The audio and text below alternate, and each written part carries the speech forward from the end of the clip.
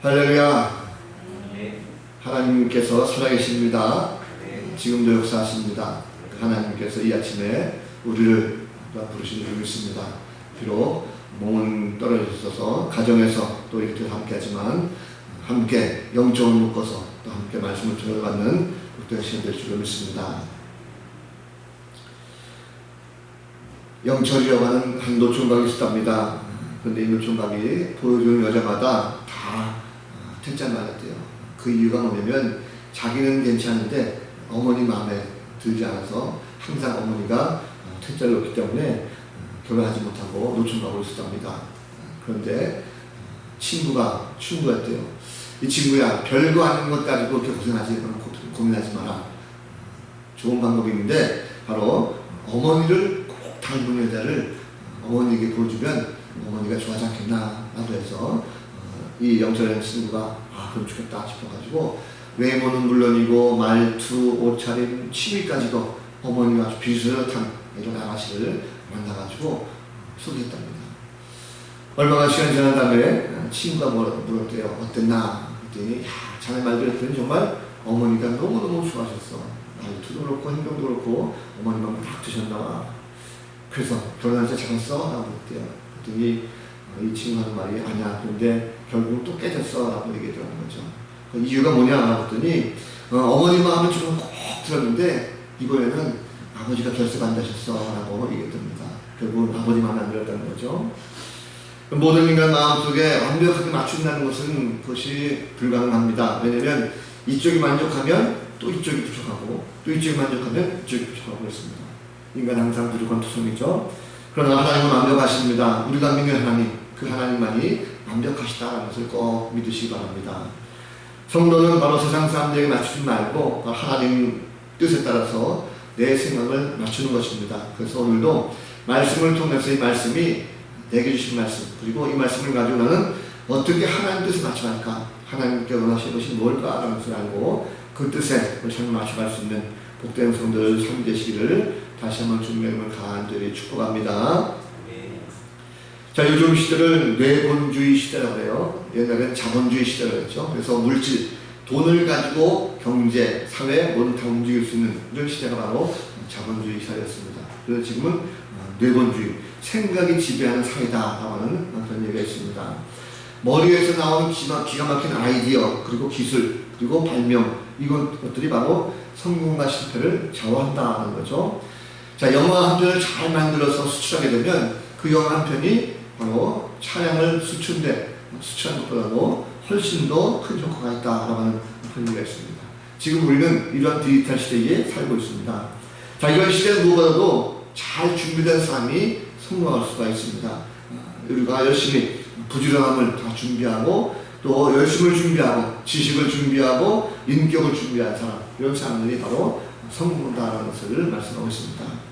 자, 하나님께서도 이러한 걸 보시면 항상 잘 준비된 자를 들어서 사용하십니다. 그래서 지금도 하나님께서는 곳곳에서 사람을 쓰시려고 원하고 계시고 그 사람을 쓰시고자 사람을 준비하고 있다는 것을 볼 수가 있습니다.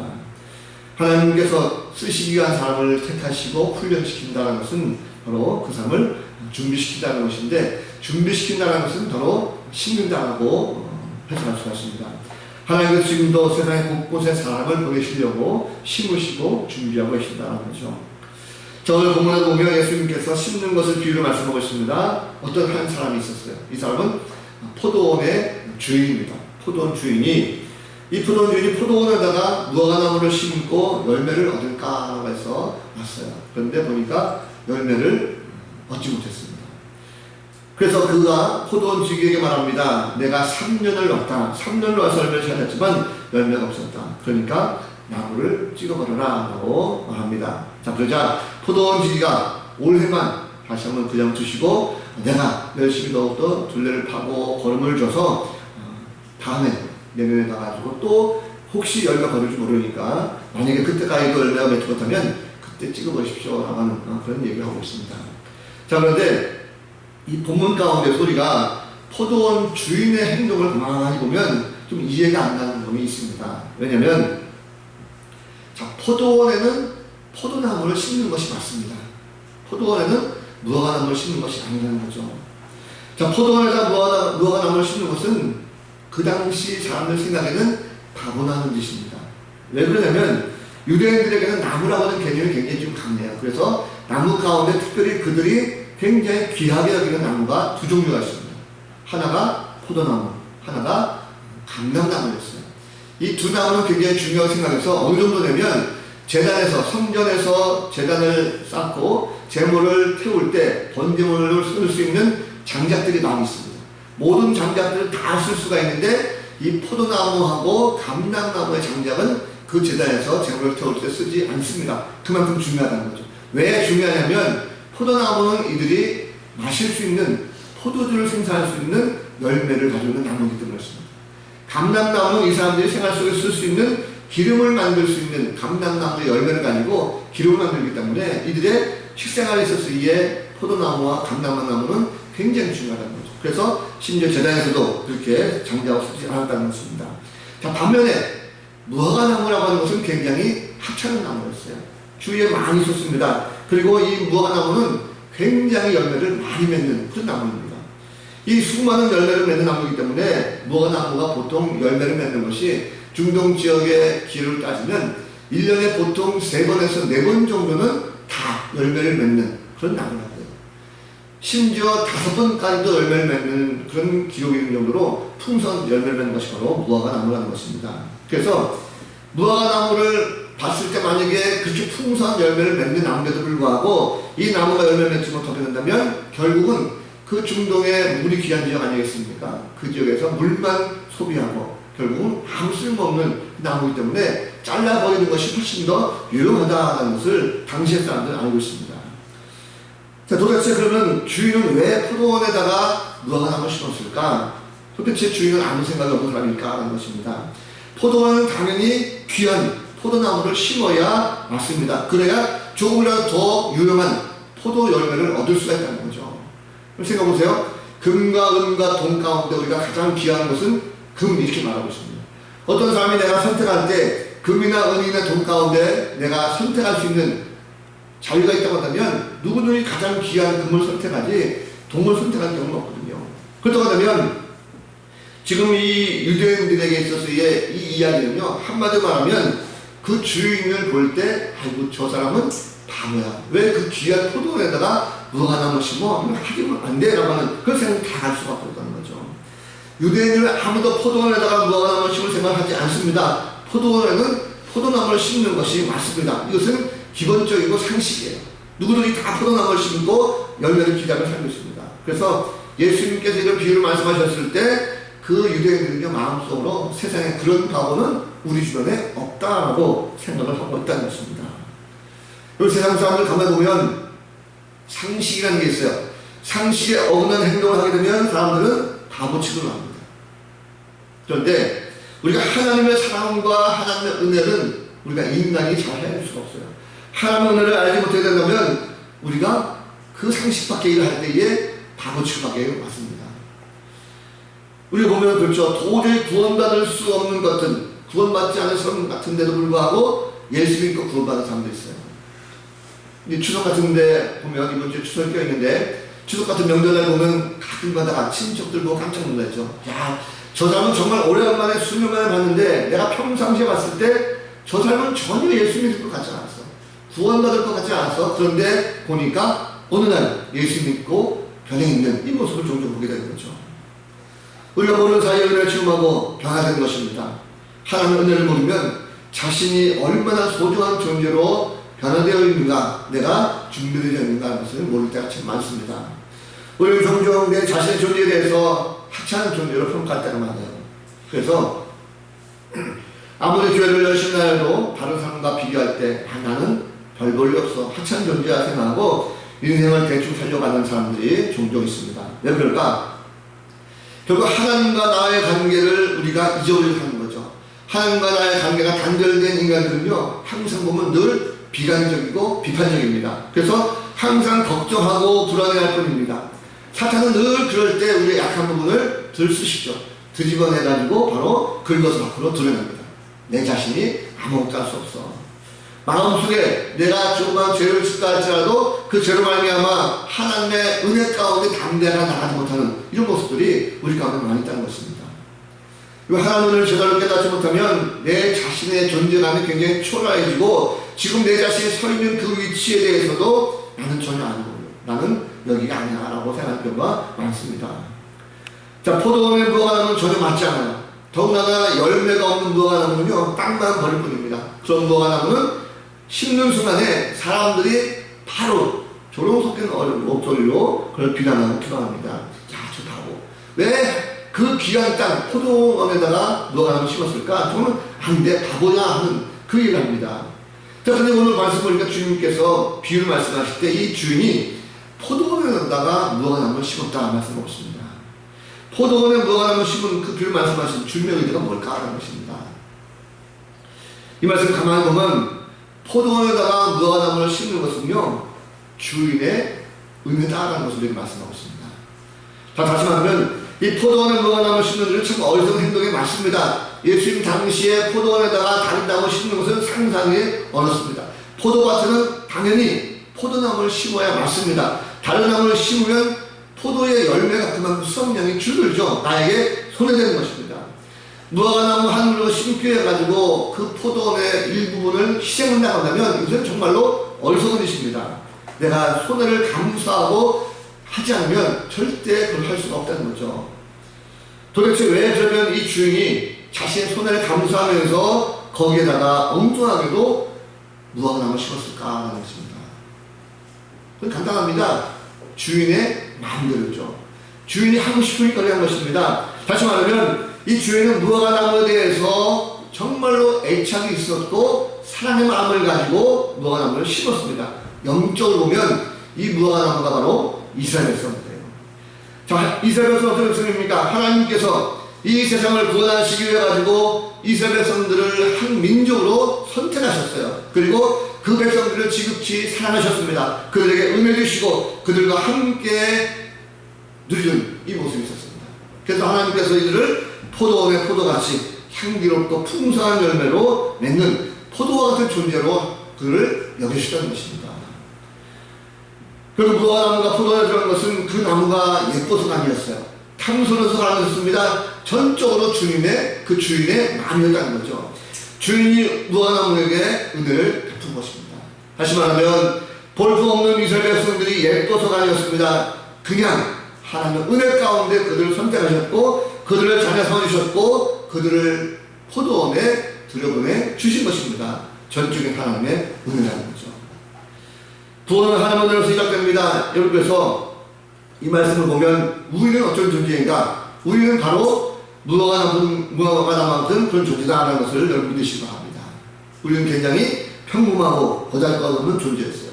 우리는 어딜 가더라도 대접받지 못하고 오히려 천대받았던 그런 인생들이었습니다. 그런데 우리의 주인 되신 그 하나님께서 우리를 택하셨어요.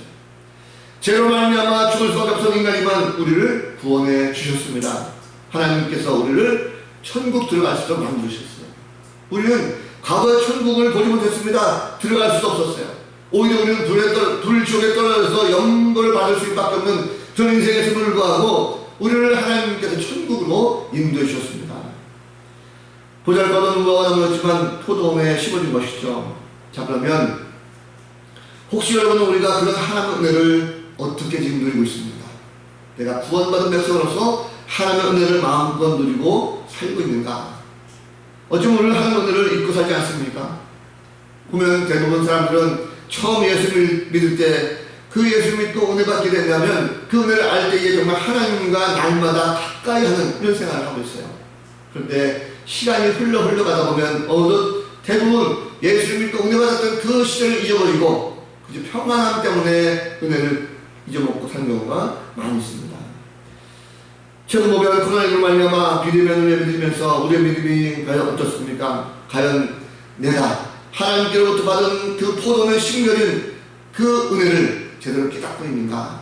무화과나무로서의 그 자리에 갈 수 없었지만 나를 택하셔서 그곳에 심어주신 그 하나님의 은혜를 늘 기억하면서 감사하고 늘 기뻐하는 이런 생각을 하고 있는가라는 것을 한번 생각해 봐야 했다는 것입니다. 인간을 항상 보면 좋은 것에 마음을 뺏기게 됐어요. 좋은 조건에 마음을 뺏기게 됐고 그것에 대해서 쉽게 신앙생활을 포기하는 경우가 많이 있는 걸 볼 수가 있습니다. 뭔가 편안하게 살고 있고 욕망 가운데 빠지게 되다 보면 결국은 내 자신이 은혜를 잊어버리고 설 수가 있다는 거죠. 그럼 결코 안 될 것입니다. 포도원에 심겨주신 그 하나님의 은혜를 잃어버리게 된다고 한다면 결코 그 무한함은 돼서는 안 된다는 것입니다. 성도에게는 우선순위라는 게 있어요. 이런 얘기 있습니다. 남편도 없고 또 자식도 없는 한 가난한 가부가 있었대요. 아무도 없는 거죠. 혼자 살다 보니까 자기가 할 것이 신앙생활밖에 없었습니다. 열심히 교회 나갔대요. 예배 잘 드렸습니다. 주일 예배뿐만 아니고 새벽기도, 수요예배, 금요일에 항상 가서 항상 앞에 가서 기도했어요. 그런데 혼자 있다 보니까 늘 외롭고 쓸쓸하고 가진 것이 없다 보니까 늘 가난했습니다. 그 하나님 앞에 이렇게 기도했대요. 하나님, 나도 뭔가 좀 해야 되겠습니다. 좀 하게 해주십시오라고 기도하면서 여기저기 좀 떠돌아다니면서 거지처럼 생각하지 않게 하시고 좀 정착해서 뭔가 안정되게 내가 살게 해주십시오라고 기도했습니다. 그러다가 그가 이제 뭔가 해야 되겠다 마음 먹어서 근처 도매시장에 가가지고 콩나물을 떼다가 바로 아파트 앞에 쭈그리고 앉아가지고 콩나물을 피우기 시작했대요. 처음에는 굉장히 볼품없었죠. 그런데 하루하루 지나면서 콩나물에서 이익이 생기고 또 이익이 생기다 보니까 이제는 그 돈이 모아져서 수년 후에 조그마하게 그래도 아담하게 앉아서 상가를 만들어가지고 콩나물 장사할 수 있는 이 모습이 있었던 겁니다. 더 열심히 노력했어요. 그랬더니 이제는 좀 더 많이 돈을 벌었습니다. 그러다 보니까 이제는 콩나물 시장에서 떠나가지고 두부 공장을 차리게 됐고 두부를 생산할 수 있었어요. 자, 그러다 보니까 점점 바빠졌습니다. 매사가 바빠진 거죠. 콩나물 장사할 때는 시간이 남았습니다. 그래서 그는 4시간마다 가서 예배했었어요. 그런데 두부 공장을 차리다 보니까 어느덧 예배에 대해서 등한시 시작이 되고 교회에 발품하는 것이 점점 멀어지고 말았다는 거죠. 그래도 불구하고 이 여인은 나는 두부 공장을 더욱더 확장시켜야 되겠다. 더욱더 발전시켜야 되겠다. 돈을 벌어야 돼. 사업해야 돼서 거기에 매진했다는 거죠. 그런데 사업이라는 것이 자기의 마음먹은 대로 당한테는 좋겠지만 결국 그렇지 않습니다. 이 여인도 마찬가지로 사기꾼에게 당하고 운영이 잘 안 되니까 결국은 이 사업이 망하고 말았어요. 다시 두부 공장 부도나게 되었고 옛날처럼 다 빼앗기고 말았습니다. 이 여인은 과거를 생각했어요. 가만 보니까 그래, 내가 그때 새벽기도 다니면서 예배 드리면서 하나님 앞에 정말 감사하고 살았던 모습들, 비록 작지만 콩나물 장사 쪄다가 팔 때 그때가 나에게 가장 행복했고 예배 드릴 때가 내가 정말 은혜 가운데 살았구나라는 생각을 깨닫고 한없이 하나님 앞에 회개하면서 내가 다시 한번 예배가 회복되리라는 마음을 먹고 다시금 예배에 나오기 시작했다는 것입니다. 사람을 항상 보면 왜 사람을 돈을 버는지, 왜 부자가 되어야 되는지를 알지 못하고 그냥 마음이 그냥 돈에 가 있는 거예요. 마음을 다하고 목숨을 다해서 하나님을 사랑해야 되는데 하나님을 사랑하는 것이 아니라 오히려 돈을 사랑하는 모습이 많이 있습니다. 돈을 많이 버는 것이 하나님의 은혜인 줄로 착각하고 있어요. 그러면 그럴수록 행복한 거리가 멀어집니다. 더욱더 그 물질에 대한 집착의 노예가 되어서 욕망이 내 마음속에 불을 듯 타게 되었고 결국은 그것이 내 마음속에 모든 것들을 황폐하게 만드는 것입니다. 이 하나님은 우리를 천국 시민으로 심으셨어요. 그렇다고 하면 천국 시민답게 우리가 사랑하는 성도가 되야 될 줄로 믿습니다. 코로나19가 종식될 것입니다. 그리고 나면 곧바로 우리가 하나님께 쓰임받을 거예요. 그럼 지금부터라도 하나님의 자녀가 될 수 있도록 지금부터 잘 준비할 수 있는 성도들 되시기를 주님의 이름으로 간절히 부탁을 드립니다. 자, 그러면 포도원에 무화과나무를 심은 주인의 목적이 뭘까요? 주인의 마음대로 그 포도원에다가 무화과나무를 심었습니다. 목적은 뭘까 하는 거 보면 의외로 간단합니다. 바로 열매를 얻는 것이었어요. 자, 그런데 열매를 찾았는데 열매가 없었습니다. 이것은 가만히 보면 주인이 단순히 열매를 거두는 데만 집착하거나 욕심을 부리는 것은 결코 아니었어요.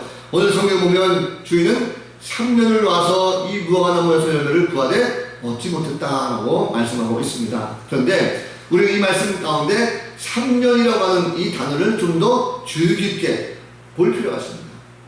자, 왜냐면 지금 이 예수님의 비유를 듣는 사람들은 이방인들이 아니었어요. 유대인들이었습니다. 유대인들이 예수님께서 이 비유를 들으면서 주인 이야기했을 때 아이고 그 바보라고 했었어요. 그런데 이 말씀을 들을 때 유대인들을 초점으로 예수님께서 이 말씀하시는데 유대인들은요, 그 말씀을 들으면서 이미 율법이라는 것을 알고 있었고 그것을 중요하게 생각했습니다. 자, 이들이 말하고 있는 율법이 뭘까요? 율법에 보면 이 과일을 열매를 맺는 유실수들, 이 나무들에 대한 규정이 율법에 분명히 나와 있다는 것입니다. 자, 율법에는 그 나무를 심는 법과 그 나무에서 열매를 거둘 때에 그 관한 법이 율법에 분명히 나와 있습니다. 레위기 19장 24절 말씀 보면 이런 말씀이 있어요. 레위기 19장 23절 말씀 보면 너희가 그 땅에 들어가 각종 과목을 심거든 그 열매는 아직 할례를 받지 못한 것으로 여기되 곧 3년 동안 너희는 그것을 할례 받지 못한 것으로 여겨 먹지 말 것이요. 자, 이 말씀을 가만히 보면 포도원 주인은 무화과나무를 심고 몇 년 만에 무화과나무 열매를 얻으려고 포도원에 찾아갔을까 하는 것입니다. 자, 여기 보면 3년 동안이라고 단어가 있는데 이 단어는요, 그럼 3년 동안 쉬고 3년째 갔을까? 아, 그래, 성경 율법을 보니까 3년 동안 이 나무에 대해서 열매를 얻지 못하니까 할례 받지 못한 것을 여기서 그 열매를 먹지 말라라고 했으니까 3년 후에 4년째 되는 해에 이 주인이 포도원에 가서 열매를 얻었을까 하는 것입니다. 그런데 그것이 아니라는 거죠. 4년째 되는 해도 안 갔습니다. 왜 그럴까? 율법을 보면 이 3년을 쉬고 4년째 가는 그 해는 바로 첫 열매를 거둔 해가 됩니다. 첫 열매를 거둔 해는 어떻습니까? 출애굽기 24장 34장 출애굽기 34장 26절 말씀 보면 이런 말씀이 있습니다. 내 토지 소산에 처음 익은 것을 가져다가 내 하나님 여호와의 전에 들을지며 너는 염소 새끼를 그 어머니의 저주로 삼지 말지니라. 3년 후에 4년째 된 해에 이 주인이 안 간 이유는 그 열매는 바로 첫 열매이기 때문에 모든 것을 다 하나님께 드리는 그 율법을 바로 이 사람이 알고 있었다는 것입니다. 그렇다면 이 포도원 주인이 열매를 얻으러 그 열매를 받으러 간 그 시점 바로 나무를 심고 5년째 되는 해에 처음으로 그 열매를 얻으러 갔다는 것입니다. 그런데 결과물은 없었습니까? 열매가 없었어요. 그 다음에 6년째 된 해에 이 주인은 또 갔습니다. 그런데 그 해에도 열매가 없어요. 자, 3년째 된 해가 언제입니까? 그 다음 해죠. 7년째 된 해에 이 포도원 주인이 또 그곳에 가야 됩니다. 그런데 갔을까요? 성경은 또 율법이 있습니다. 바로 안식년 규정이에요. 7년째 된 해는 바로 안식년이기 때문에 이 포도원 주인은 그 열매를 찾지 않습니다. 결국 그 해로 그냥 넘어갔어요.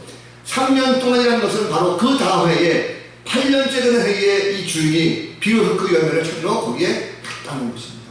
자, 그렇게 보다 보면 주인이 왜 화가 났을까? 단순히 3년 동안 열매가 없어서 화가 난 것이 아니라 무려 8년이라고 하는 이 세월 동안에 오로지 이 주인은 열매 하나만을 얻기 위해 가지고 그 포도원에 계속 한 거예요. 그런데 8년째 된 해도 결국 열매가 없었다는 거죠. 왜 화가 났을까? 당연히 화가 날 만합니다. 참고 또 참았지만 결국은 열매가 없었어요. 거기에 8년 동안 열매를 기다렸는데 열매가 없을 때에 주인은 화가 날 수밖에 없다는 거죠. 결국 그 나무를 주인은 기꺼이 찍어버립니다. 여러분, 우리는 이미 포도원에 심겨진 무화과 나무 같다는 말씀을 드렸어요. 그렇다고 하면 우리의 주인 되신 하나님은 우리에게 지금 열매를 찾고 계십니다. 한순간에 찾는 것이 아닙니다. 지금 우리에게 계속적으로 찾고 또 방문하고 계십니다. 과연 그렇다면 우리는 열매를 맺고 있습니까? 열매는 어떤 결과물입니다. 보았을 때 먹음직해야 될 것이고 보았을 때 풍성한 열매들이 반드시 있어야 될 것입니다. 그런데 아직도 열매가 없다면 바로 하나님은 우리를 쓸모없는 나무로 생각하시고 찍어버릴 때가 반드시 온다는 거죠. 여러분, 이번 주는 추석 명절이 있습니다. 그런데 코로나19 때문에 가족 간의 방문이 굉장히 좀 어렵게 됐어요. 심지어 함께 음식을 나누는 것도 어렵습니다. 고향에 보니까 현수막들이 많이 붙었어요. 얘들아, 이번 추석 때는 오지 말고 용돈만 보내라. 이런 현수막도 많았어요. 만나기 힘들죠. 저는 그런데 가만히 생각하니까 이번 추석이야말로 정말 이 모든 가족들에게 주님을 전하는, 복음을 전하는 가장 좋은 기회가 아닐까 생각됩니다. 왜냐하면 인간들이 지금 당하는 모든 코로나19로 말미암아 많이 지쳤습니다. 육적으로 지쳤습니다. 육적으로 지친 모든 사람들은요, 영적인 갈망이 있습니다. 영적인 갈망이 있기 때문에 내가 비록 찾아보지 못하더라 할지라도 인사 차원에 전화하고 같이 비대면으로 이야기할 때에 그 가운데 바로 이런 상황 속에서 오직 해결할 것은 예수 그리스도밖에 없다는 것을 전하게 된다면 반드시 그 가운데도 전열을 맺지 않겠는가 생각됩니다. 비록 성명제를 할지라도 방문 콕 닫혀가지고 있지 마시고 이번 기회에 좀 한번 다시 한번 우리 돌아보면서 열매를 맺을 수 있는 그런 성도가 되었으면 좋겠습니다. 자, 포도원 주인 참 바보하죠. 아예 그럼 처음부터 포도원에 무화과나무를 심지 않았더라면 좋았을 텐데 왜 심었을까? 주인은 이 심은 것에 대해서는 절대로 후회하지 않습니다. 다만 열매가 없었기 때문에 기다리다가 결국 한계점을 온 것이죠. 그래서 이제는 무화과나무를 찍어버리려고 합니다. 열매가 없으면 한탄하면서 그 나무를 바로 완전하게 제거해보려고 생각하고 있습니다. 자, 그런데 뜻하지 않는 일이 벌어졌어요. 자, 바로 그 나무를 찍어 없애려고 할 때에 그 포도원을 관리하고 있는 포도원지기의 등장입니다. 자, 주인이 찍어보려고 하는 이 명령을 가졌지만 이 포도원지기가 주인에게 간청합니다. 무려 8년 동안이라는 긴 시간 동안 열매를 거두지 못했던 이 나무임에도 불구하고 이 포도원지기는요, 주인에게 그러지 말라는 거예요. 찍어버리지 말고 이 나무를 불쌍히 해달라는 거죠. 이 나무를 불쌍히 하면서 한 번만 더욱더 기회를 달라고 이 포도원지기가 간청하고 있습니다. 심지어 그것도 내가 손수 땅을 파고 거름을 주고 해서 1년 동안 더 내가 갖고겠습니다. 내년에 혹시 열매가 있을지 어떻게 합니까? 그때까지 참으시고 만약에 안되면 그때 찍어버리려고 괜찮습니다라고 말합니다. 유대인들이 볼 때에 포도원 주인이 거기에 심었을 때에 그를 바보 생각했어요. 그런데 이 포도원 주인은 어떻습니까? 또 다른 바보죠. 아무 쓸모없는 그런 포도 이 무화과나무인데 그것도 8년 동안에 열매 없어서 찍어버려야 되는데 그것조차도 또 기다리려고 하는 이 포도원지기의 이 바보 같은 모습이 거기 또 있습니다. 이 말씀 가운데 우리는 예수님을 떠올릴 수밖에 없어요. 왜냐하면 바로 우리의 중보자 되신 예수 그리스도 주님의 은혜를 우리가 알아야 될 것입니다. 하나님은 우리를 구원하시고 열매를 기다리셨어요. 그런데 그 하나님은 마냥 인내를 가지고 기다리는 것은 아닙니다. 분명히 때가 있어요. 그때가 되면 열매가 없을 때 다시는 기다리지 않고 찍어버리려고 하는 것이 바로 하나님의 마음입니다. 그런데 그 앞에 예수님께서 친히 한 1년만 더욱더 참여달라, 우리를 위해 참여달라고 주님께서 심각하게 바로 중보하고 이 땅에서 하십니다. 또 우리는 안일하게 신앙생활하고 있는 것인지 다시 한번 좀 심각하게 생각해 보시기 바랍니다. 하나님께서 구원의 은혜를 베풀으시고 구원에 대한 감사, 감격, 그 많은 열매를 기다리고 계시는데 아직까지 우리는 그러한 열매를 얻지 못하고 태평하게 살아가고 있는 것은 아닌지, 사실 오늘 본문 말씀 보면 회개하지 못했던 유대인들에게 주님께서 비유를 말씀하시면서 회개에 합당한 열매를 맺으라라고 하는 그 말씀입니다. 우리는 지금 코로나19라는 상황 속에서도 너무나 보면 나태하고 또 게으른 신앙생활하는 것은 아닌지, 주님께서 하신 이 회개 열매를 거두지 못하고 세상에만 나오고 치우치고 있는 것은 아닌지 한번 심각하게 우리를 좀 돌아볼 수 있는 그렇게 되었으면 좋겠습니다. 우리 이미 포도원에 심은 나무가 있습니다. 다시 한번 열매를 맺도록 노력하는 성도가 되어야 될 것입니다. 오늘 말씀 보면 하나님께서 이 구원받은 백성들이 열매 맺는 것 반드시 하나님께서 기다리고 계십니다. 열매 없이 입만 무성하다가 찍어 없어지는 것을 바라지 않습니다. 하나님께서는요, 이 땅에 구원의 은혜를 베푸신 분입니다. 그래서 한 영혼을 처음보다도 귀하게 여기시고 구원한 백성들 반드시 천국으로 이끌어 주십니다. 짐작하시는 분들도 계시겠지만 포도원 주인 누구입니까? 포도원 주인은 바로 하나님이세요. 그리고 무화과나무 같은 우리를 포도원에 심어주신 분 바로 하나님이십니다. 그런데 우리가 열매 없을 때 또다시 심판하신 분도 바로 하나님이십니다. 그런데 포도원 지기는 바로 예수 그리스도라는 거죠. 우리가 찍혀 없어지게 됐을 때도 주님은 우리를 위해서 다시 한번 하나님 앞에 간청하고 계시고 심판을 유보하고 계시는 것, 바로 그것이 주님의 모습입니다. 예수님께서 그 목적을 가지고 이 땅에 인간으로 오셨어요. 아무런 열매 맺지 못하고 그저 찍혀서 불에 태워 없어질 그런 존재였지만 주님께서 친히 우리를 대신해서 십자가에 달려 돌아가셨어요. 내가 찍혀 죽어 없어져야 마땅한데도 불구하고 주님께서 친히 대신 찍혀 돌아가시고 우리 가운데다 지금 새로운 열매 맺을 수 있는 기회를 우리 가운데에 주셨다는 것입니다. 예수님 우리가 여기에서 어떻게 심겨져 있는지를 깨닫게 하셨어요. 그래서 하나님과 우리의 중보가 되어주셔서 이제는 천국에 대한 소망을 우리 가운데 갖게 해주셨습니다. 저 사람들은 아직도 자신의 존재를 하찮게 여기는 사람들이 많이 있어요. 세상에 보면 나라고 하는 존재를 굉장히 하찮게 여기고 아무 쓸모없는 존재로 여기는 경우가 많습니다. 내가 지금 어디에 심겨져 있는지, 내가 속한 가정과 일터, 내가 가는 모든 곳에서도 나라는 존재가 어떻게 크게 쓰임받는 것인지를 잘 모르고 헤매는 경우가 많이 있습니다. 그런데 은혜를 입은 우리는, 구원받은 우리는 이제 구원을 받은 백성으로서의 하나님 나라의 심겨진 백성이라는 것을 결코 잊어서는 안 될 것입니다. 그러므로 우리는 마땅히 하늘나라를 준비하면서 풍성한 열매를 준비하는 이 성도들이 될 줄로 믿습니다. 하나님의 은혜를 경험하면 내 자신의 자존감이 높아지게 됐어요. 내가 하나님을 알고 구원받은 백성, 나는 하나님의 자녀이구나. 세상의 자녀가 아니라 하나님의 자녀임을 내가 안다고 한다면 내 자신이 자존감을 가질 수가 있고 더욱더 우뚝 설 수가 있다는 것입니다. 하나님의 은혜를 모르면 자신의 존재를 모르고 자신의 위치를 모릅니다. 인생의 미래를 잘 준비할 줄 몰라요. 하나님을 깨닫는 사람은요, 자신의 존재감을 더욱 높일 수가 있습니다. 왜 그렇습니까? 나는 존재, 나는 참 부족하고 연약하지만 하나님께서 나를, 많은 백성들을 구원하기 위한 하나의 나무로 심겨진 존재구나라는 것을 알고 그 열매 맺기 위해서 내가 쓰임받고 있다는 것을 내가 깨달아지기 때문에 더욱더 내 자존감이 높이 올라갈 수가 있다는 것입니다. 세상 속에서도 은혜를 깨닫게 되면 내 자신이 서 있는 것, 그것이 바로 하나님께서 나를 위해서 귀한 사명을 주시고 그곳에 내가 심겨졌다는 것을 우리가 깨닫게 될 것입니다. 오늘 말씀을 통해서도 하나님의 은혜가 느껴지신다고 한다면 열매 맺도록 더욱더 노력하는 성도가 되시길 바랍니다. 말씀을 정리합니다. 여러분, 예수님은 우리가 은혜를 풍성하게 받도록 항상 좋은 곳에 심어주세요. 엉뚱하고 나쁜 곳에 심는 것이 아니라 좋은 곳에 항상 주님께서 심어주십니다. 그렇기 때문에 우리가 은혜 많이 받도록 깊은 곳에 뿌리를 잘 내리시고 열매를 많이 맺도록 최선을 다할 수 있는 성도가 되야 될 줄로 믿습니다. 주중에 추석 연휴가 있습니다. 이번 기회에 잘 지내시고 항상 우리가 마음속으로 더욱더 준비했으면 좋겠어요. 다음 주부터는 우리가 대면으로 예배드립니다. 정부에서도 이제 규제를 많이 풀었어요. 그래서 소규모 작은 교회에서도 300명 이하에 20명 이하 이런 규정이 없어졌습니다. 다 예배드릴 수 있도록 이렇게 해줬어요. 이제는 우리가 다시 한번 우리의 기나긴 모든 침묵을 다 깨고 그리고 생기 있게 시작할 수 있는 그런 시장이 되었으면 좋겠습니다. 한 주간 동안 영적인 풍성한 열매 맺을 수 있도록 잘 준비하시고 그리고 하나님의 놀라우신 은혜를 다시 한번 경험할 수 있는 복된 성도들 다 되시기를 우리 구주 예수 그리스도 이름으로 간절히 축원을 드립니다. 기도하겠습니다.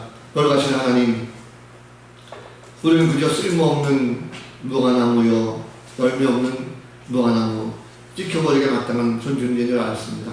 그런데 오늘 우리를 시급히 사랑하셨던 바로 바보 같은 포도원지 예수 그리스도의 은혜를 다시 한번 깨닫게 하시고 주님께서 우리를 지금까지도 함께 하시는 것을 알게 하시니 참 감사합니다.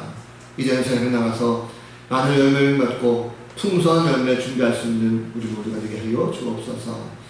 추석 명절 앞두고 있습니다. 마음의 풍경을 잠시 내려놓고 우리가 하나님 앞에 귀한 것 감사하며 또 다시 한번 우리 모든 예배가 회복될 수 있도록 축복하여 주옵소서.